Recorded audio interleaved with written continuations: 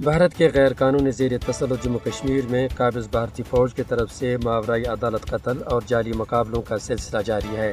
حال ہی میں 9 ستمبر کو بھارتی فوج نے نوشہرہ راجوری میں ایک جعلی مقابلے کے دوران 2 نوجوانوں کو شہید کر دیا۔ تحریک آزادی کے ساتھ وابستگی کے جھوٹے الزامات کے تحت نوجوانوں کو گرفتار کیا جاتا ہے اور پھر بے رحمانہ تشدد کر کے انہیں شہید کیا جاتا ہے۔ پاکستانی قیدی بھی بھارتی فوج کی اس بربریت سے محفوظ نہ رہ سکے۔ 17 اگست 2022 میں مقبوضہ جموں کے ارینا علاقے میں کوٹ بلوال جیل سے لائے ہوئے پاکستانی شہری محمد علی حسین کو یہاں ایک فرضی مقابلے میں شہید کر دیا گیا تھا۔ اسی طرح اکتوبر 2021 میں پونچھ کے جنگلات میں ایک اور جعلی مقابلے کے دوران غاصب فوج نے پاکستانی قیدی ضیاء مصطفیٰ کو بھی شہید کیا تھا، جبکہ رواں ماہ 6 ستمبر کو سرن کوٹ پونچھ سے تعلق رکھنے والے محمد منظور عقوبت خانے میں بھارتی فوج کے شدید تشدد کے باعث زخموں کی تاب نہ لا کر شہید ہو جاتے ہیں۔ شہید محمد منظور کے اہل خانہ کو بھارتی فوج نے کہا کہ وہ منظور کی دوران حراست قتل کے بارے میں خاموشی اختیار کریں،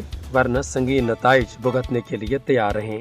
یہ امر قابل ذکر ہے کہ 1989 سے اب تک 96,347 کشمیری بھارتی فوج کی دہشت گردی کا نشانہ بن چکے ہیں۔ ان میں 7,348 کو جعلی مقابلوں یا دوران حراست قتل کیا گیا۔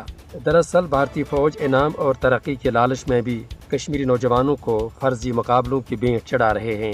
مقبوضہ کشمیر میں قتل عام کے لیے بھارتی حکمرانوں نے یہاں قابض بھارتی فوج کو کالے قوانین کے تحت وسیع تر اختیارات دیے ہوئے ہیں۔ افسپا جیسے ظالمانہ قوانین کے تحت بھارتی فوج کشمیریوں کو جعلی مقابلوں میں بے دردی سے شہید کر رہی ہے۔ مودی سرکار فرضی مقابلوں اور ماورائی عدالت کشمیریوں کے قتل عام کے ذریعے ان کی جائز آواز کو دبانے کی کوشش کر رہی ہے، تاہم بھارت اس طرح کے اوچھے ہتھ کنڈوں سے کشمیریوں کے عزم کو توڑ نہیں سکتی۔ مقبوضہ جموں کشمیر میں ماورائی عدالت قتل اقوام متحدہ کے چارٹر، جنیوا کنونشن اور انسانی حقوق کے دیگر ضابطوں کی سنگین خلاف ورزی ہے۔ عالمی برادری کو مقبوضہ علاقے میں ماورائی عدالت قتل کے ان واقعات کا نوٹس دینا چاہیے۔ مودی حکومت کو انسانی حقوق کی ان بدترین خلاف ورزیوں پر جواب دہ بنایا جانا چاہیے۔ اسی طرح اقوام متحدہ کی انسانی حقوق کونسل کو بھی اس متنازع خطے میں کشمیریوں کے ماورائی عدالت قتل کے واقعات کی تحقیقات کے لیے ایک کمیشن کی تشکیل کے لیے